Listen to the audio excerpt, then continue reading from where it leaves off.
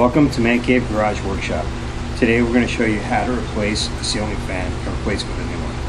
First thing you got to do is make sure you turn the power off. So hit your breaker and make sure it's off. First thing I'm going to do is take down this fan. I've already taken off the globe for the light, so that's already off with this one. Sometimes you don't have a light assembly, so either way, you just want to take apart as little as you can to get it off the ceiling.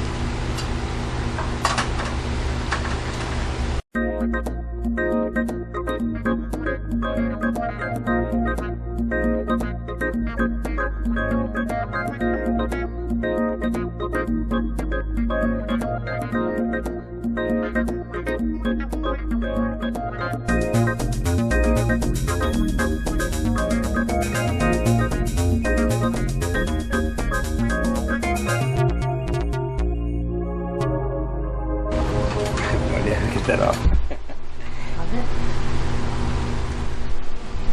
Typically you'll see 4 screws near the ceiling. One screw is a set screw and the other screw allows it to slide off, so you can see once you loosen that up you'll be able to slide that whole thing off, and that'll be on both sides. Now that we have the cap off, you can see there's a ball joint. You just need to lift this ceiling fan out of the ball joint. First thing you want to do though is detach all the wiring.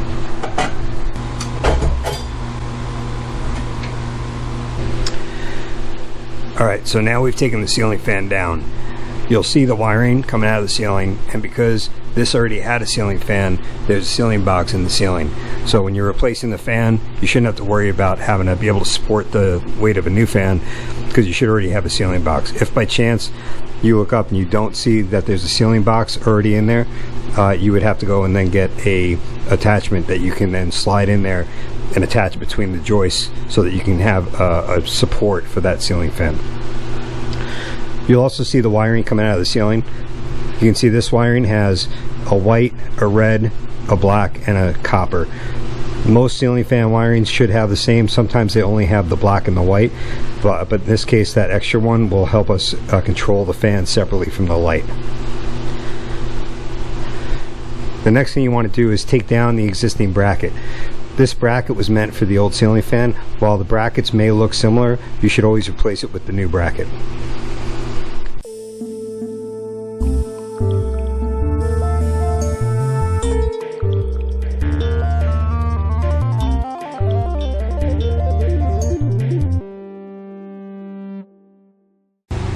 So we're replacing our old fan that was been in there for about 8.5 years. That fan did a great job, moved a lot of air. It is an outdoor fan, so this is Florida. It gets really hot in summer. The fan that we had, actually the pull chain broke, so it was about time to get a new one. So the one we bought here is a Fanimation Slinger version 2, has 8500 CFM, so it's going to move a lot of air. It's 72 inches. So it's pretty wide, so it's going to really create a nice breeze underneath our patio here. So we're going to unbox this and we're going to put it up.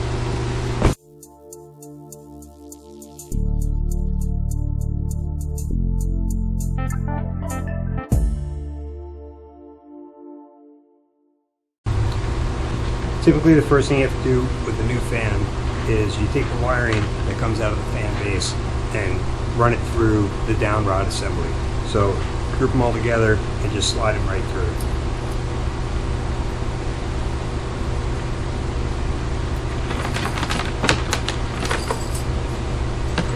Pull them all the way through, get the down rod in, and you're going to screw it in.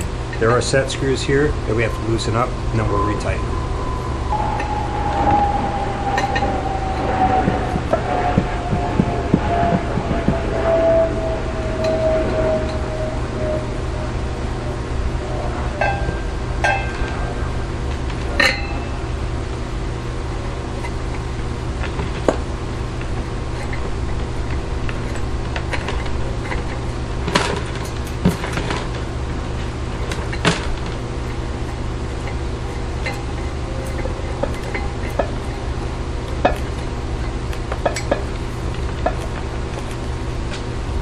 Some fans will come with a cotter pin that you just slide right through and lock it in.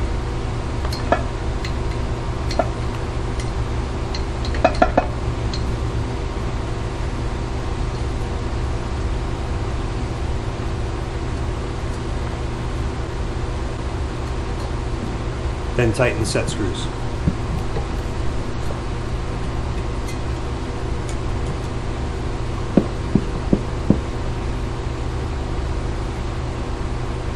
Okay, the next step is we want to remove the ball joint so that we can put the canopy cover on top.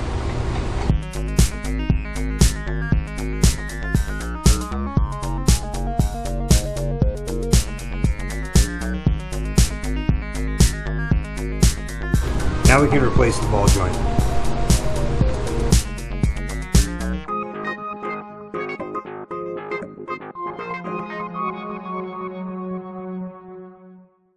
Now you want to cut the wiring about 6 to 9 inches, leaving enough room to get the electrical done. Of course, you could have done this earlier and not struggled like I just did.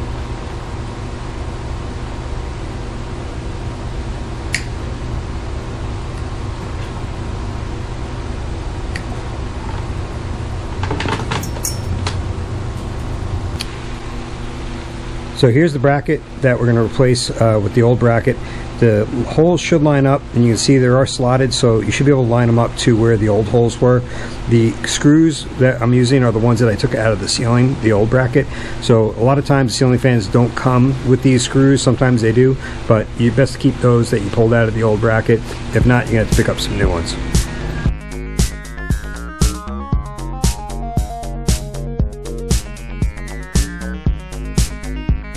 The next step is to hang the fan from the ball joint. Some of the remote controls for the fans will come with dip switches. So as you can see there's a number of dip switches inside the remote.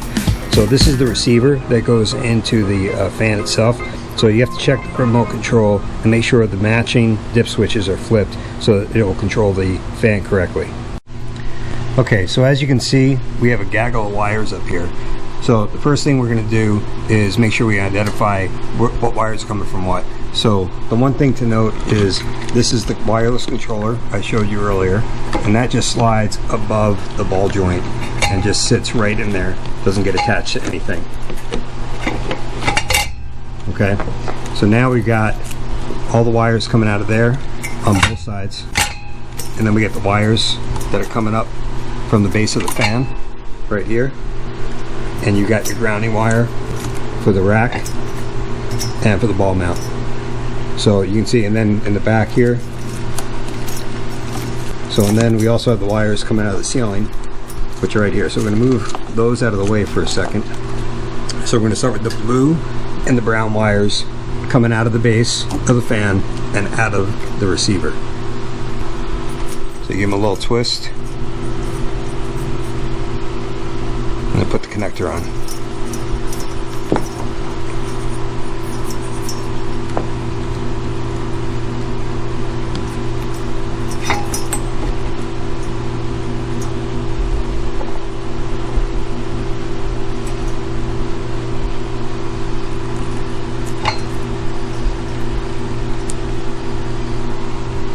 Okay, so the next ones we're going to do are going to be the red, gray, and yellow. So again, we're going to find the red, gray, and yellow coming out of the fan. And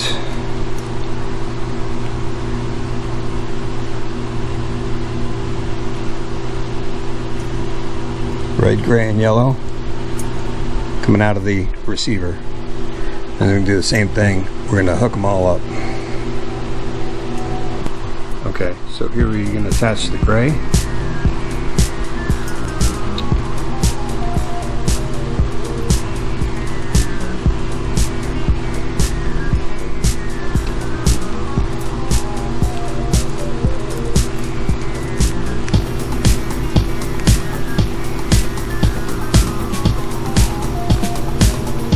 The red.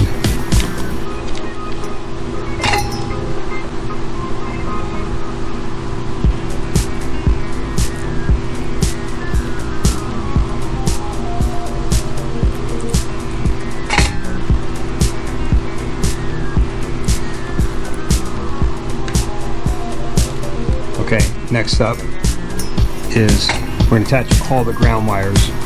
So that includes the ground wire from the receiver, the grounds from the fan, from the rack and from the ceiling, and that's the copper out of the ceiling. Ground wires here that I'm screwing all together, and we'll get those all hooked up to the ceiling. The next one to do is the black and the white. So the black and the white coming out of the receiver go to the black and the white coming out of the ceiling.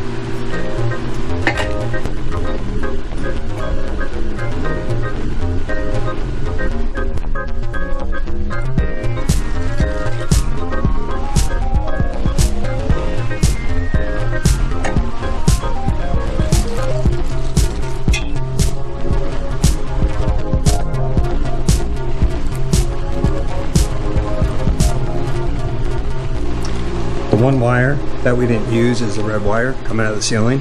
That's used for installations where the fan is operated separately on a pull chain switch. This one has a remote, so we're not going to use that. We're just going to cap that one off.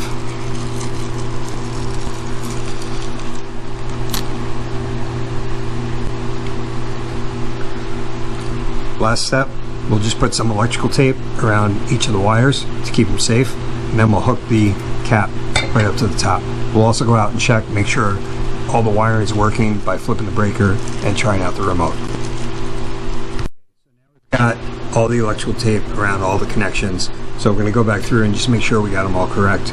So we've got the yellow, the red, the gray, we've got all the grounds tied together, we've got the brown, we've got the blue, the black, the white, and then the red coming out of the ceiling is not attached to anything. So if I were to give a rating for the electrical wiring for this particular fan, I'd give it an F, because as you can see, the wiring isn't even the same exact color for each of the colors that are supposed to match.